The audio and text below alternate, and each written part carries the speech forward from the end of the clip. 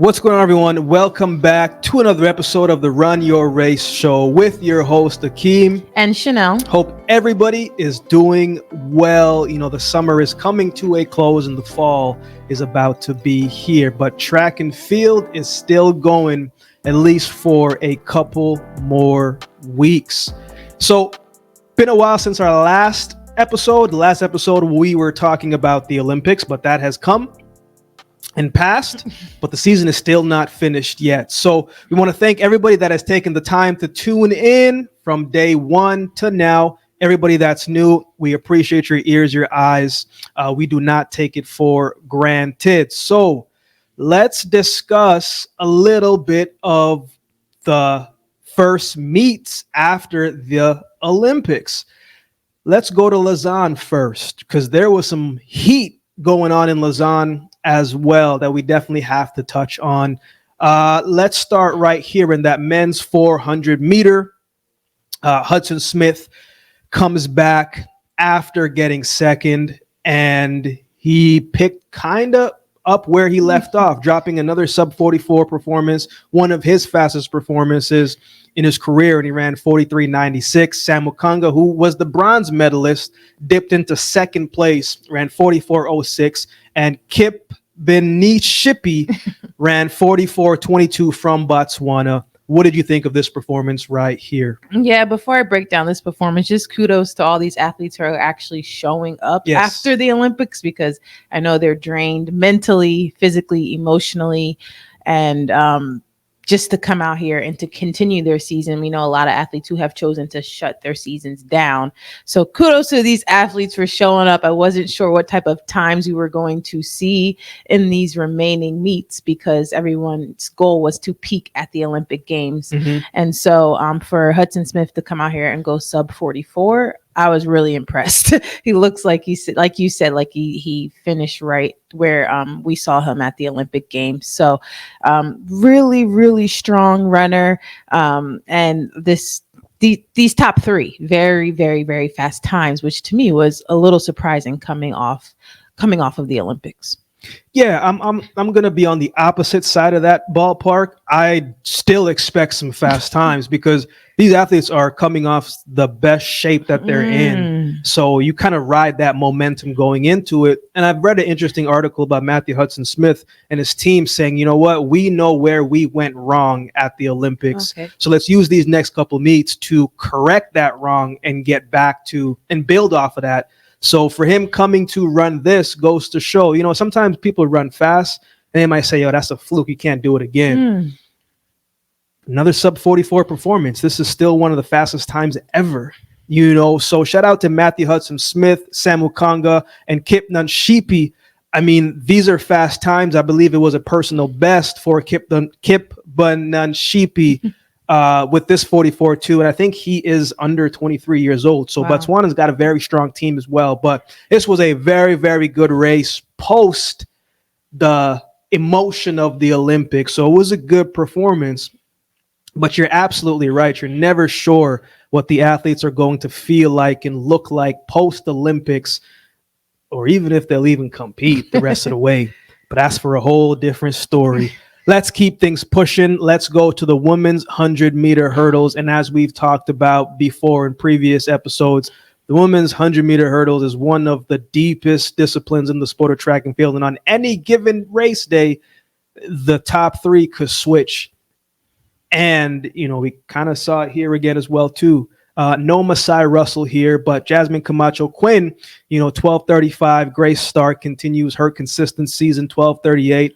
And Akira Nugent, 12:38. What did you think of this performance right here?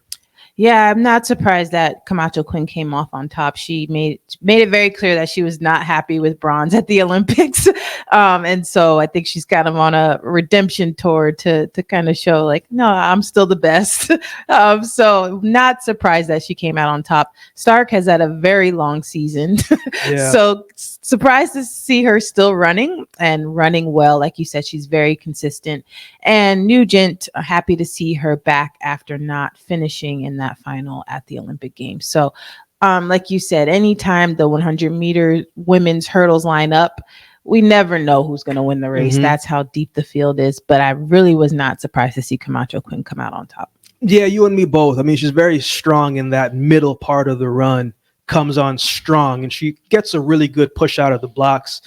Grace Stark, I mean, you just mentioned that. I actually forgot that she ran a whole collegiate season prior to this. So it goes to show the consistency that she's been developing. It's funny, in the NCAA, she was kind of hovering at that 12.5 range for a greater portion of that year. U.S. trial comes and she dips under that, and now she's like 12.3 consistently, which is great because that means a big break is going to come. And there's a couple more meets left, and who's to say that break won't happen for her and Nugent. And we'll talk about her a little bit later. But another competitive field, another close race, just an exciting race in the women's hurdles. But we did see Jasmine Camacho-Quinn kind of grimace a little bit. So hopefully she's okay, and hopefully things are on the up, because that's the other thing too, is after a great year, or you feel like a year you could improve on, you never want to end with an injury. It's just never good. Yeah, and the meet that we're going to talk about next, she actually ended up pulling out of that meet. So hopefully, like you said, she's okay. Yeah. But in Lausanne, she was successful. She got the win. She got the check, and we keep pushing forward to the men's 800 meter in Lausanne. Now, this was a very interesting race. And we're watching it, and I remember me saying, what is he doing? And you're like, that's strange. When you only 141.11, I mean, world lead, personal best, one of the fastest times ever, Marco Arap, even in his weird tactical run, still ran 141. And Tual from France, still 142.30. What did you think of this performance right here? Yeah, like you said, Marco Arap, he even said it in an article I read, like, my tactics were off. Yeah. So some strange things happening, and to do that and still run 141.72, that's pretty impressive. Yeah, but Wanyoni ran a much smarter tactical race and came away with, I believe, is the second fastest 800 meter time ever. And so 141.11, that's ridiculous. He's so close to that 140 mark, and that world record that I know he's gunning for. Arap is not going to make that easy for him. And then for Tual to be in third with a 142.30, that wins a lot of races. So probably a little frustration there for him, but probably more motivated than anything to get into that 141 range, because now that's what it takes to win these Diamond Leagues, which is ridiculous. And this is the great thing about the sport in certain events. We always talk about which world records can possibly be broken. Man, I think we are getting a little bit closer to that possibility becoming a reality. 140 and 141 is not too far off. Yeah, I mean, 141 low, I mean, and you line these guys up again, because Sajati wasn't there. You line him up again, and who knows, when they're a little bit fresher. But this was just an amazing time. I mean, tactical, interesting things from Arap. But at the end of the day, I mean, whether you run a smart race or you run a rough race, you're still consistent. You're still 142, sub 142. So, again, when you only had an incredible year, everything now is just icing on the cake, man. These guys are continuing to put themselves in the history books every single time that they touch the track.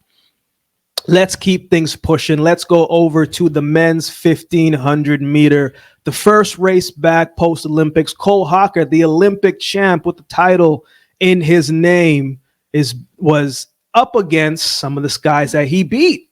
Talking about Inga Brixton, Kessler, and a couple others that were in that race. But things was a little bit different this time around. Inga Brixton seemed to get that slight revenge, winning in 3:27.83. Cole Hocker came second, 3:29.85, and Kessler 3:30.47. What did you think about this performance right here? Yeah, like you said, that redemption. Inga Brixton didn't get a medal at the Olympic Games, so that had to be on his mind. It's only natural Yeah. to want to go and show like, no, I can still beat these guys. He does well in fast races where there's a rabbit and he can just run all out. That's how he likes to run, and that's what he did, and no one could hang with him. I mean, he beat the field by 2 seconds. That's a lot in distance running. So I think he definitely was a redemptive race for him, and it just shows that when the race is fast from the get-go and he has a rabbit, he's very, very hard to beat.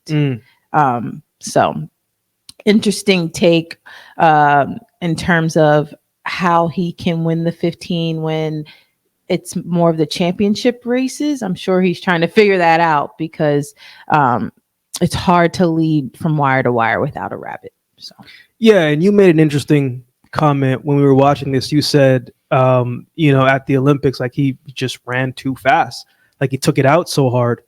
And, there's always a price that someone has to pay, because everybody can say, oh, man, I'm just going to wait. And that's what makes Cole Hawker so good. He just kind of bides his time and he lets you do the work and then you kick. And conversations with you have made me understand that, like, man, as much as I always want fast races, sometimes there's some tactics and strategy that has to go behind that. Not saying running fast isn't a strategy or a tactic, but calculated a little bit more. Sometimes one thing you said was, man, I think he got a little too excited. And, we all want fast times, but sometimes we got to tone that excitement down till that last 150. But Ingebrigtsen continues to show that, like, when he is at his best and when he's adding strategy behind what he's doing, he's tough to beat, but this has to have felt good confidence-wise to remind him that, man, I am one of the best. I have the 4th fastest 1500-meter time. I just got to put it together on the day because, you see what he can do. So this was just a good performance. And I think at some point, this is one of the races as well that they're going to inch a little bit closer and closer to that world record, especially when Ingebrigtsen is here and the comparative field that's around. So let's keep things pushing. Let's go over to the men's 110-meter hurdles in a slight upset. We're so used to seeing Grant Holloway pulling away and dominating, but this time it was close. Broadbell came from Jamaica, ran 13:10 to win it. Grant got second, 13:14. And Ansel Parchment, 13:23. What did you think of this race here? I saw a tweet. I think Holloway said, I left my legs in the U.S. Yikes. Yeah, so it's just, I don't think it's an excuse. Some may see it that way, but just how hard it is to come off the Olympic Games, travel back home, then a week later come back to Europe. I mean, he wasn't... He wasn't as, fresh as he wanted to be, and it showed. He didn't get the win for the first time in a long time. But shout out to Broadbell. He ran an excellent race, and same with Parchment. It was just it was a fun race to watch. It was a good race, and I don't think Holloway is used to not crossing the line first, but he seemed like a good sport about it. Yeah, I mean, as much as he has been winning, this was probably his first loss in like a couple of years. Maybe like a year or 2 years. Like, he's just been so dominant, so consistent, and put so much pressure on early that he's tough to catch, even if he does make mistakes in the latter end of the race. He's an incredible athlete.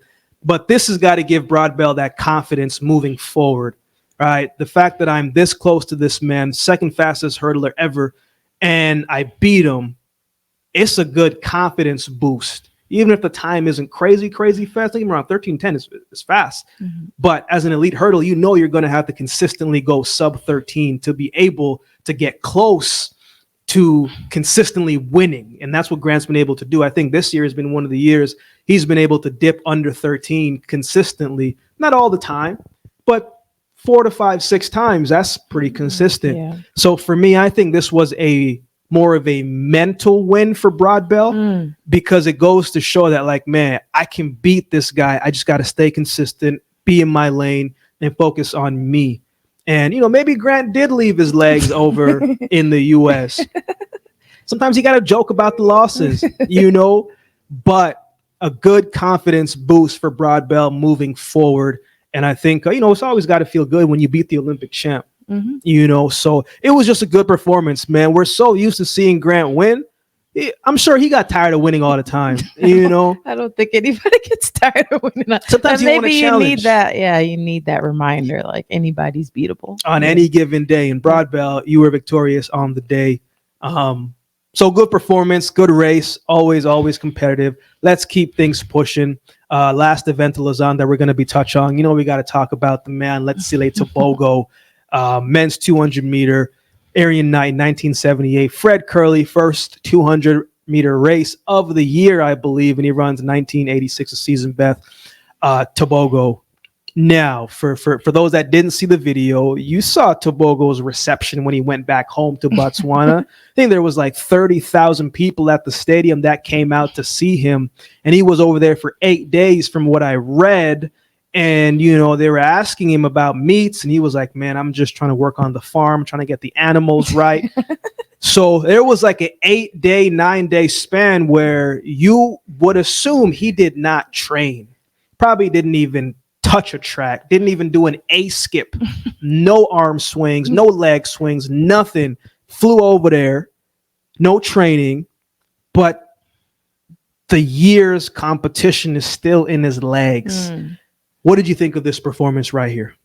Yeah, I heard or I read somewhere he told his coach, like, I want to end my season. And his coach was like, no, like, go finish off these meets. So it's kind of like, where do these athletes find the motivation to keep going? He won gold. He got the reception of a lifetime from his country.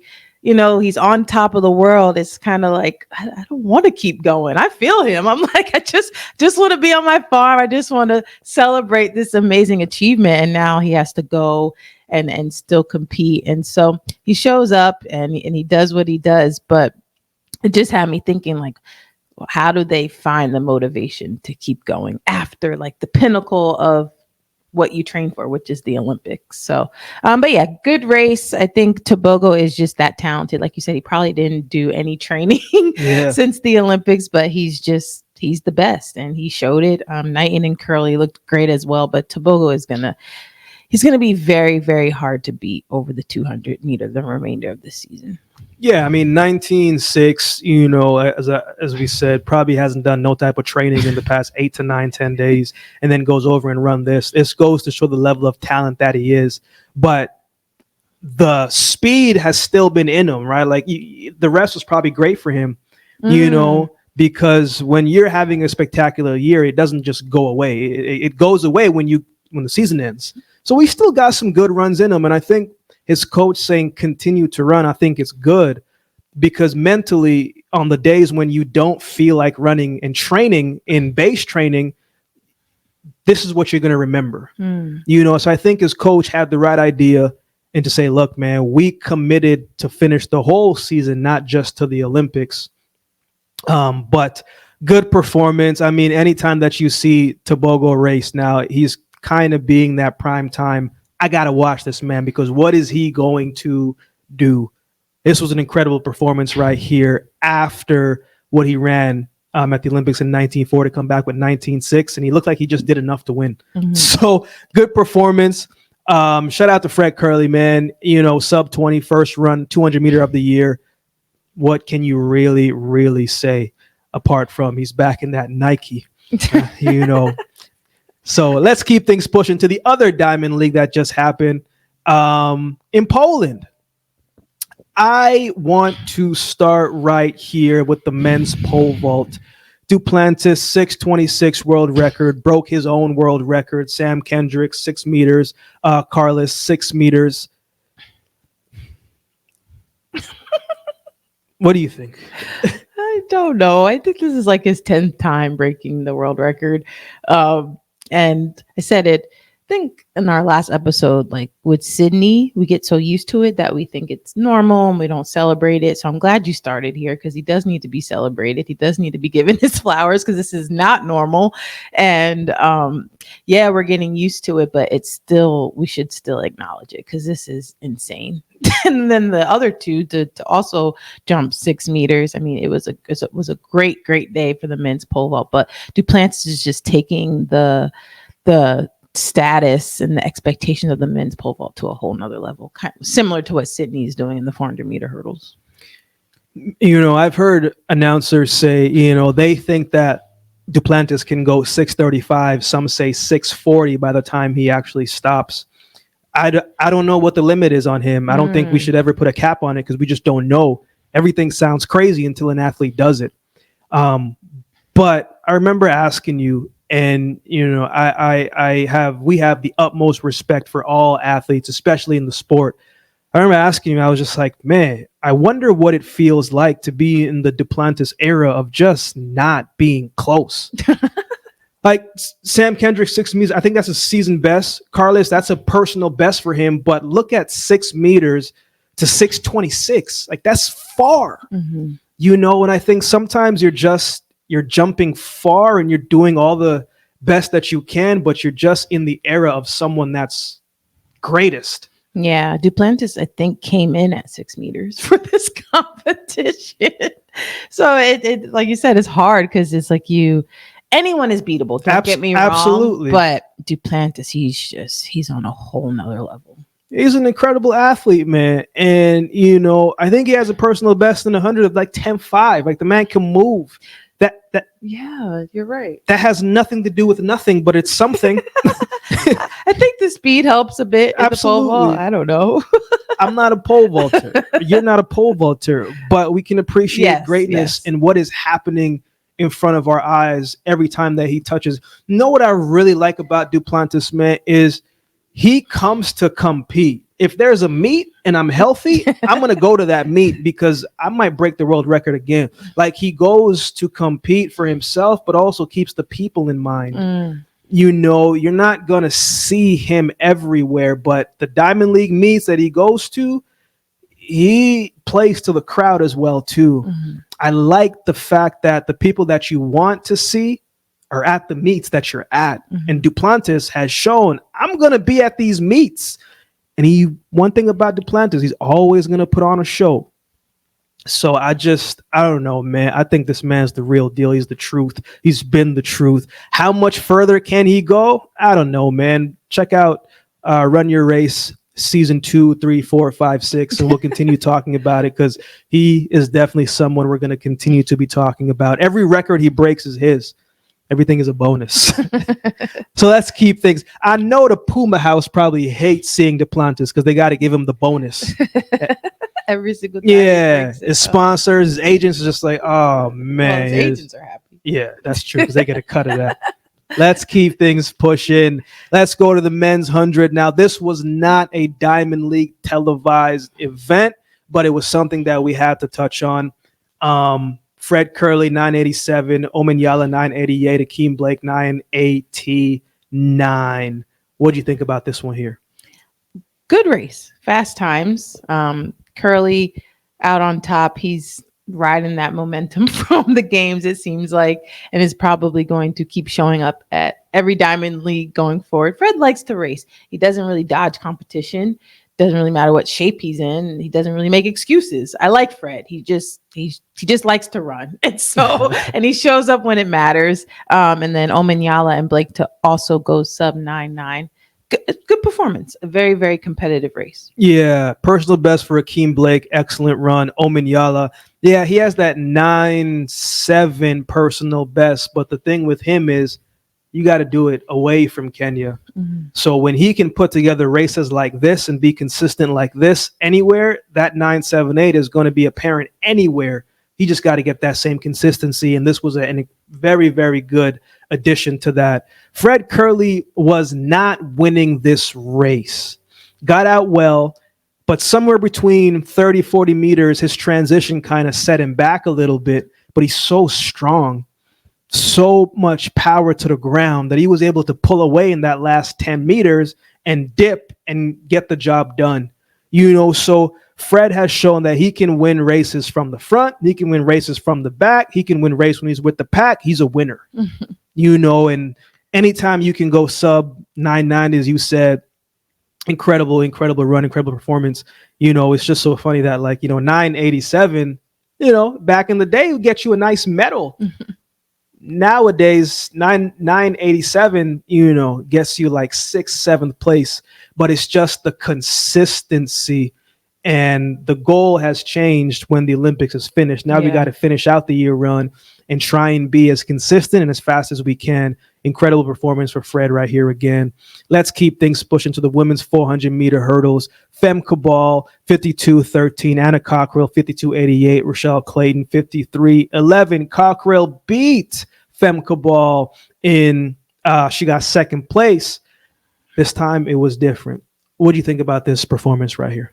Yeah, Fem Cabal, she also ran 52 at the Lausanne Diamond League a few days before this Diamond League. So Fem Cabal, she's going to give you a 52, and she's going to win most Diamond League races. She's very consistent. I think at the Olympics, she just went out a bit too fast and felt it that those last few hurdles.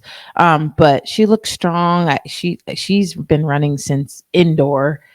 She was running fast indoors. So it's fun to still see her out there competing. I don't really think the times matter anymore. It's about going out there, getting that appearance fee and winning these Diamond Leagues and getting paid and having some fun. So hopefully she's enjoying it. Hopefully she is feeling a bit better about herself, because you could see the disappointment after getting bronze at the Olympic Games. Yeah, I mean, I think Fem Cabal is in an interesting position, as you said. She gonna give you a 52 low, and in most cases, that's going to win the Diamond League races. And she looks great when Sydney isn't there. And that's no slight to Fem Cabal by no means. We've been speaking highly about Fem Cabal since day one. She's an incredible athlete, well-versed in different fields and different events, but if she wants to get into the realm of beating Sydney, even when she's tired, we got to go 51. All right, we got to start being consistent with 51 twos. If she would have ran a 51.13, it's different, but I think if she wants to beat Sydney, she's got to be consistently getting faster in every single meet, especially ones like this. It's just tough. I think she could run we saw what she did on that 400-meter relay. It's there, but I'm not her coach. I'm not a 400-meter hurdles coach, but I know about consistency. And I think she just got to be a little bit more consistent in the 51s to be able to say, I know I'm really going to give Sydney a run for her money here. Anna Cockrell, one of her fastest times right here. Coming off of an Olympic silver medal, what can you really say? Coming back and running, kind of picking up where you left off. It's a good showing. It's a good performance. Rochelle Clayton has had a spectacular year. Broke through this year, 2nd fastest Jamaican time, and to come back and consistently run really good times, some of her fastest times. She's having a great year. I think she took it out a little bit too hard here. But you got to find different ways how to run fast. So it was a good race, a good performance. And again, end of the season, icing on the cake, but I'm sure we're going to see 1 or 2 more fast times in this field before the season is done. Let's keep things pushing to the men's 3,000 meter. Inga Brixton, a man who just loves to run. Good range from 1,500 to 5K. Well, great pacing, came and broke the world record, 7:17:55. Erogawi, he ran fast as well too, 7:21:28, and Kajisha 7:28:44. It's funny, we were watching this and you said, the guy behind Inga Brixton, this whole field is fast, but man, he looked dominant in that race. What do you think about this? Yeah, like you said, very, very good pacing. They set him up well. It was obvious from the announcers that he was going for the world record. Just because you have good pacing, just because the weather is beautiful, just because you're fit, it doesn't mean it's all going to come together. Yes. And so to see him go out there and not only break it, but smash it by 3 seconds, he looked good. Usually during the longer races, you'll get up you'll go and, find a snack or do a chore around the house. Respectfully. But this race, you knew that you were witnessing something pretty incredible. So you watched the whole thing and you were excited. You were like, is he going to do it? Is he on pace? And so it was a very, very exciting race to watch. He's fun to watch. He looked so good. He looked like he was just so in control and so confident. And he crossed the line, and I think he was shocked by how much he broke the world record.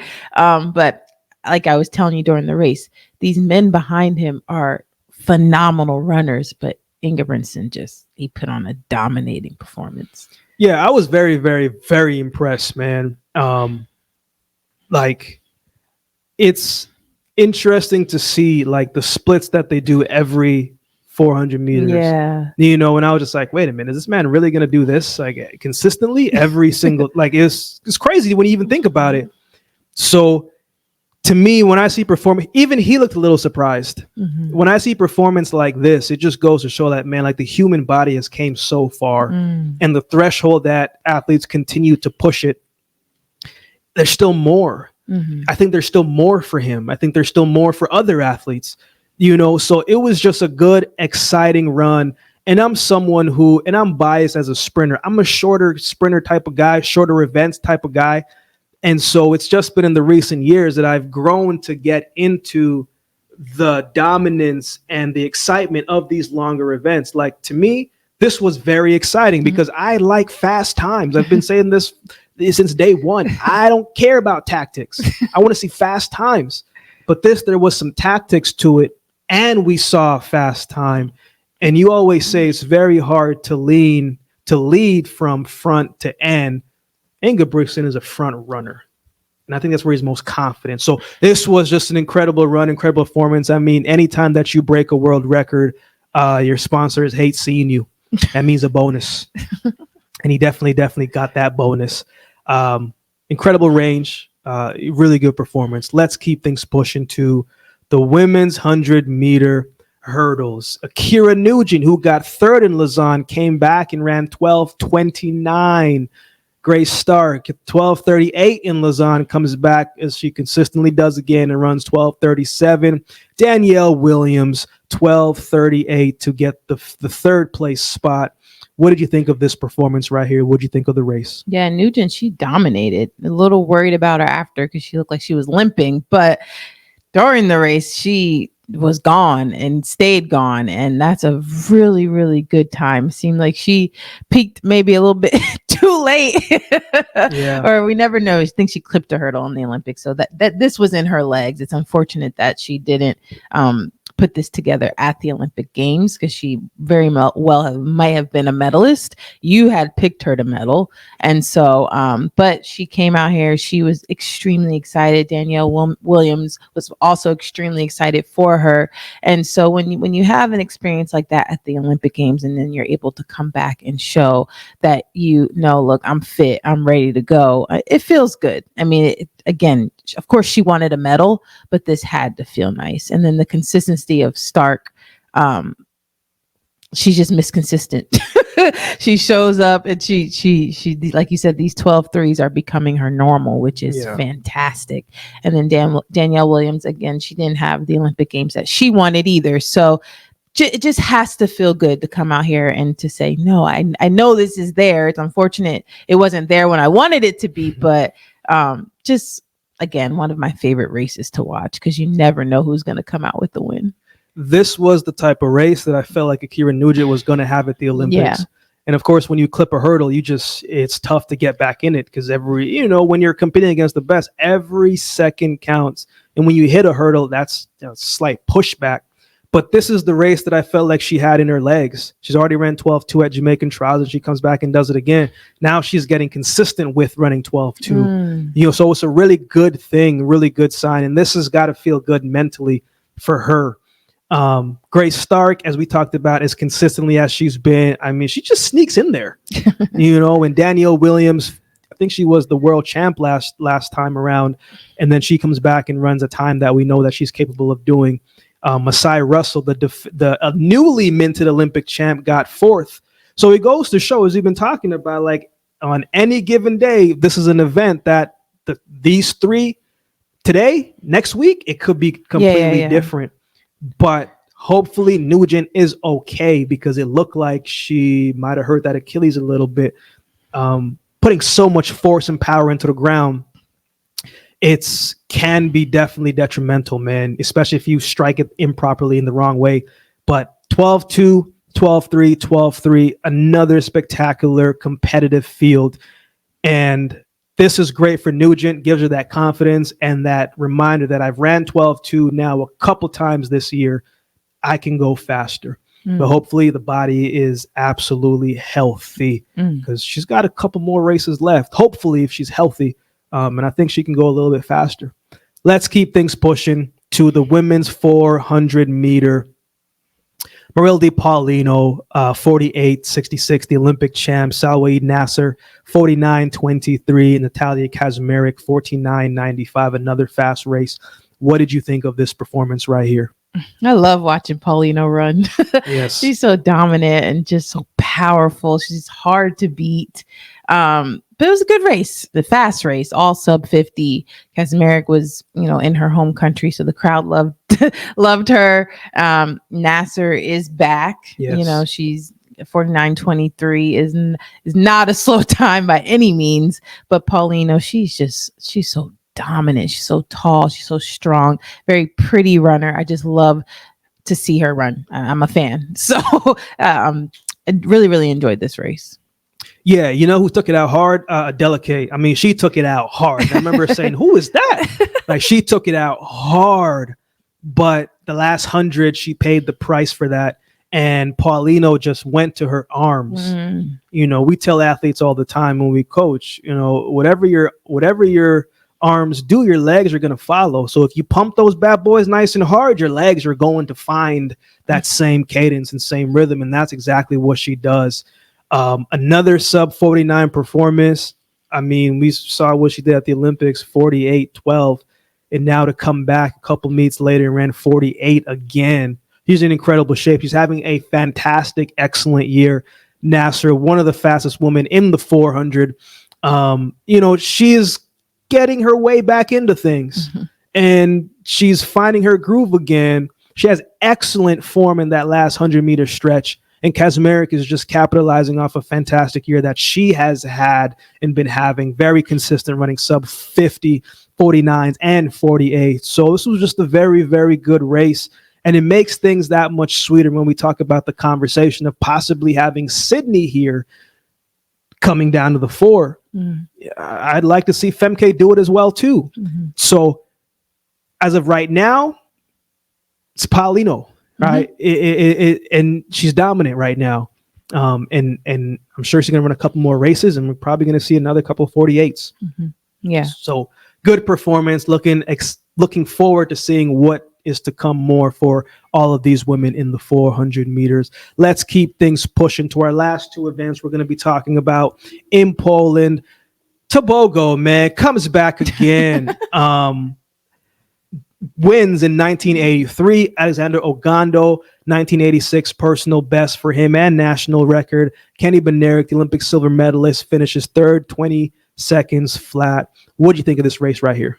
Yeah, Bednarek was off to a really, really good start. Tobogo left it late, but I think he's just doing enough to win. And I think Ogando, this was a personal best for him, a national record, which I think he already had, but still shout out to him. But I thought Bednarek had it that coming off the turn. And then I thought Ogando had it. And then here comes Tobogo doing what Tobogo does. And so it was an exciting race. He pulled it off. Looks like he fell asleep there in the beginning, but he's just so strong. His 400 meter strength. He's going to, like I said earlier, he's going to be very, very hard to beat in the 200 meter. Yeah, I mean, you said it right there. To me, it looked like he kind of just went through the motions around the corner, and then he realized, oh crap, I kind of went through the motions a little too hard, too easily, and then he had to turn it on and come on late, and he just did enough to get the nod, to get the win. I think we're going to see Tobogo for the next couple of races, however many is left, however many that he does do. is just going to do enough to win the fight and definitely to stay healthy. Yeah. Because this race looked like he was lightly coming off the corner. And I'm like, oh, shoot, let me turn things up. Ogando, man, he ran all out. Excellent race, excellent performance. He's a 400-meter athlete as well, too, who is getting faster in the 2, which will make you faster in the 4. Kenny Benaric's first race post-Olympic silver medal. What can you do? You know, that's still a fast time. This guy, Kenny Benaric, is good for a sub 20 on any given day. Yeah. You know, it's just a little bit tough this time around. But all in all, I heard Tobogos talk about the world record. Usain Bolt's 19:19, and he feels like he's just about 10 meters away. That's the first time I've ever seen him kind of talk like that. So you know he's feeling confident and feeling good. Nothing is impossible, but 1919 is no joke, man. But if anybody could do it, there's a couple guys that could, and he's one of them. Can he? I don't know. We'll see. A lot of people talk about Bolt's record and realize how hard it is to actually get. But this young man has the potential to definitely do it. Maybe even in the 4 as well, too. Like, he's got that type of range. But that's neither here nor there. We keep things pushing to the last event that we're going to talk about in Poland is that women's 100-meter. Young Tia Clayton runs 10:83. Talu Smith 10:84. Tamari Davis 10:84 as well. What do you think about this performance right here? Shout out to Clayton, man. Like you said, she's young. She's not Sharika or Shelly or Elaine, but hey, she's representing for the Jamaicans. She comes out here, she pulls off a win against a good field. I'm extremely happy for her. I know you sometimes say, oh, age doesn't matter. I mean, she's 18 and this is the big leagues, and so I'm very happy for her. And Talu Smith and Davis also running extremely fast times. I think this was wind dated, but who cares? Still a good race, a fun race to watch. Yes, I mean, the way how she pushed out of the block, sometimes being in the outside lane, a world of your own, is actually really good, especially for younger athletes. And to me, like as I said, age doesn't matter, but experience does. And so now she's gotten that experience at the highest level at the Olympics. Now she knows what it's like, the moment, the atmosphere, the nerves, how to put that away, the execution. If she would have executed like how she did in this race at the Olympics, she definitely would have came away with the medal, because the way how she attacked that first 30 meters and the angles that she had pushing out of the blocks, she didn't have a great start in Paris. This time she did, and she can hold it. So I was just really impressed with the run. You know, we always want to see fast times, but we want to see legal times. Yeah. But 2.9 wind is still in your legs, and she's going to get better. And that's the great thing, man, is when you can see the progression and you can see certain things that when you hit it, it looks good, turns out good. And, you know, you're 18, 19 years old, man. There's a lot of work to be done, but it's a great start. It's been a great year for her. A couple more races left. It's going to be good. Talu Smith, you know, she's on the back end of her career, but she's very consistent. You know, Tamari Davis, she's young as well, too, and she's putting together a very good season of her own. So all in all, just a good, solid race, but that new crop of Jamaican young women are starting to really sprout already. So let us know your thoughts on the last 2 Diamond League races. Let us know what stuck out to you, what you like, what you see, what you didn't like. Let us know your thoughts in the comment section below. Our last topic of this week's episode is total athlete performance training. What is it, right? Something that we've been talking about for about a year now, and wanting to give back some of the knowledge that we've learned, some of the experiences that we've had in our years combined of competing at the highest level, and wanted to give that back to the youth, not just the youth, but to all athletes, and to try to help them be better, not just physically, but emotionally and mentally as well, too, because as you know, it takes a lot to be an athlete. So when we talked about Total Athlete Performance as we're juggling a whole bunch of different names. We came together and started a training group to help athletes. I'm a sprinter, so I'm going to work with the sprinters. You do the 8, you're going to work with the 800-meter athletes. And we've given different options. Right? We do online training, but we want to see you, right? We are in Charlotte, North Carolina for our in-person training. But we're just offering our services, right? We're offering a way to be ready for the next level and be the best that you can be at your age. Mm-hmm. What do you think about this right here when we talked about when we're planning for it? Anything that you want to add? Yeah, I think back to when I was 13, 14, 15, 16, and my parents were looking for someone to help me maximize my potential at that age. And we found Coach Ken Abney of the United Stars in Philadelphia, who helped me believe in myself, helped me understand what it was going to take to run at the next level. And so sometimes you just need those people to turn to when you don't know what to do with your child. And so that's what we want to be. We want to be a resource for, like you said, in person, anyone near Charlotte, North Carolina. Bring your youth out, and we will help them maximize where they're at. And that's what we're passionate about, that, right? And so, and then online as well. Maybe you're nowhere near Charlotte, but you want some feedback on your technique, or you want some mental guidance, or just anything you can think of. We're here as a resource. And so I'm excited to get this going. It's already going, right? You got a few athletes here in Charlotte. So I'm really, really excited to just pour into the next generation. Yeah. And we've got a couple athletes already. And one of them said, I haven't gotten this amount of coaching and correction in my past 3 years, so we just want to give everything that we have, but make it applicable for where you are and what you're trying to do. We want to help you reach those goals. We've been to the NCAA. We've been on the big stage. Our time in running is done. So we want to help others possibly achieve that same thing. And it's not just for track and field athletes. We work with football players, rugby players, whomever wants to become faster. That's who we're giving this information and this knowledge with. And we're going to spend time with you, and we're going to give everything that you got. We're going to give you everything that we have in order to put you in the best position to be successful, so you can reach your goals and accomplish the things that you want to do in your athletic development.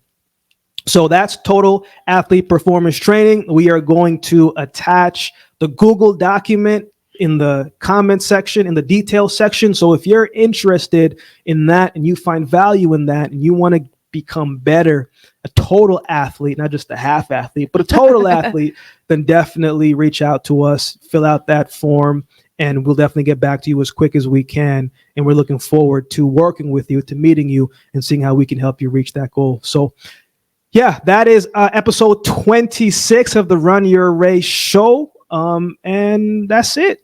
We'll definitely see you next time.